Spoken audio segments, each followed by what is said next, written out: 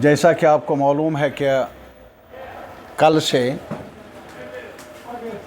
नए criminal laws लागू हुए पूरे मुल्क में, और हमारा मानना है कि ये जो नए क्रिमिनल लॉज लागू किए गए, ये हमारे बुनियादी जो हमारे कवानीन हैं, क्रिमिनल लॉज के बारे में चाहिए तो ये था कि इनकी अहमियत को मद्देनज़र रखते हुए मुल्क के हर सतह पर सिविल सोसाइटी,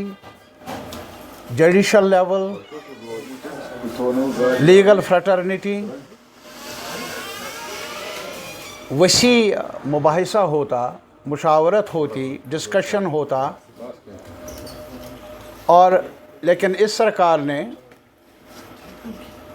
वाइडर डिस्कशन तो दूर की बात रही, इन 3 बिलों को जुडिशल रिव्यू के लिए जो हमारे पास लॉ कमीशन है उनको भी नहीं भेजा। ताज्जुब है कि एक मुल्क में एक कवानीन के बारे में एक बड़ा कमीशन वजूद में है, और इस किस्म की बुनियादी तब्दीलियाँ लाना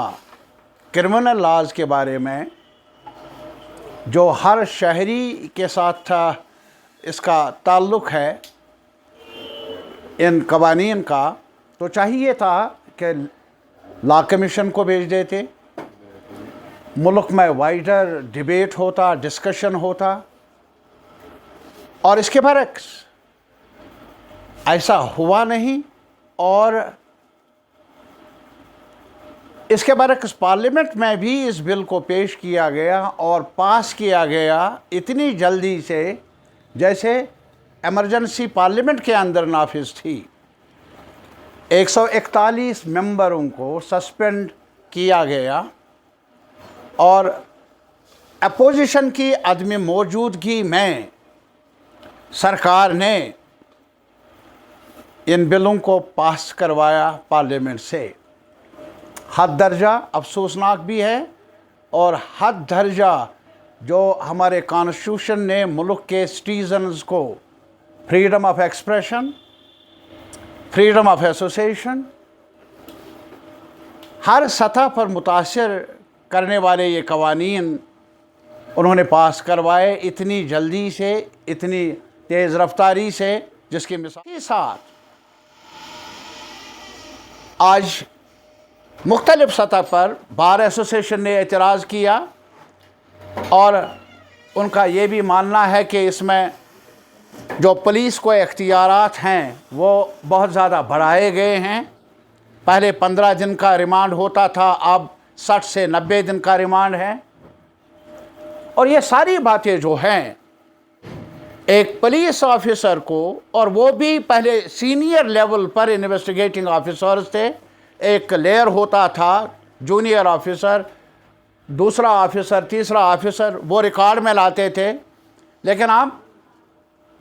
एक जूनियर ऑफिसर थाने के लेवल पर एफआईआर दर्ज कर सकता है, इन्वेस्टिगेशन को मुकम्मल कर सकता है। ये हमारी नज़र में हद दर्जा ड्रकोनियन है। कई जो हमारा जो सिस्टम है जिसमें मुख्तलिफ हाई कोर्ट्स के बार्स हैं, उन्होंने भी एतराज़ किया है। अब सिर्फ यही फ़र्क है ज़्यादा कि अंग्रेज़ी से अब हिंदी में पेश किया गया। मैं माज़रत चाहता हूँ, मैं पढ़ नहीं सकता हूँ इसलिए, लेकिन अभी बार एसोसिएशन तमिलनाडु ने भी कहा है कि हम कहाँ जाए, हमें पढ़ना है ये यहाँ के लोगों को। इसमें एक कॉमन लैंग्वेज अंग्रेज़ी होती थी, तो अब हिंदी में पेश करना, जो नॉन हिंदी इलाके हैं उनके लिए भी इसका जायज़ा लेना, मुताला करना, बाखबर रहना मुश्किल नज़र आता है। मैं आपकी नोट्स में एक और मसला भी लाना चाहता हूँ। क्या जो कश्मीर की एक तारीख़ है, और कश्मीर की ये तारीख़ का बहुत मिलनसारी के जज्बे के साथ परवान चढ़ी है और हिंदू मुस्लिम सिख इत्तेहाद का नारा बहुत उर्से से लगा है, यहाँ हमारी मिट्टी में, हमारे तमद्दुन में मौजूद है। और यात्रा का जहाँ तक ताल्लुक़ है, हम इसको एक गनीमत समझते हैं कश्मीरी आवाम। और जिन लोगों ने शुरुआत की बहुत अरसा पहले, उन्होंने बड़े तब से लेकर आज तक एतमाद के साथ, एहतराम के साथ यात्रा चली आती रही है आज तक, और उनका स्वागत किया गया। हर मकतब फ़िक्र, हमारे अलग अलग सियासी नुक्ते निगाह होंगे, लेकिन जहाँ तक कश्मीरी कम्युनिटी का ताल्लुक़ है, कश्मीरी अवाम का ताल्लुक़ है, वो श्रीनगर में है, नॉर्थ से साउथ तक,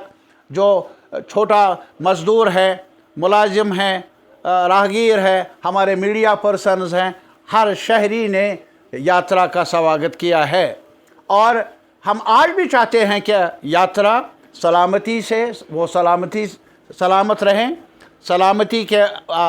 एलिमेंट के साथ कंप्रोमाइज़ हो नहीं सकता, लेकिन अगर सलामती के नाम पर आम लोगों के लिए चलना फिरना, मुलाजिम वक्त पर ना पहुँचे,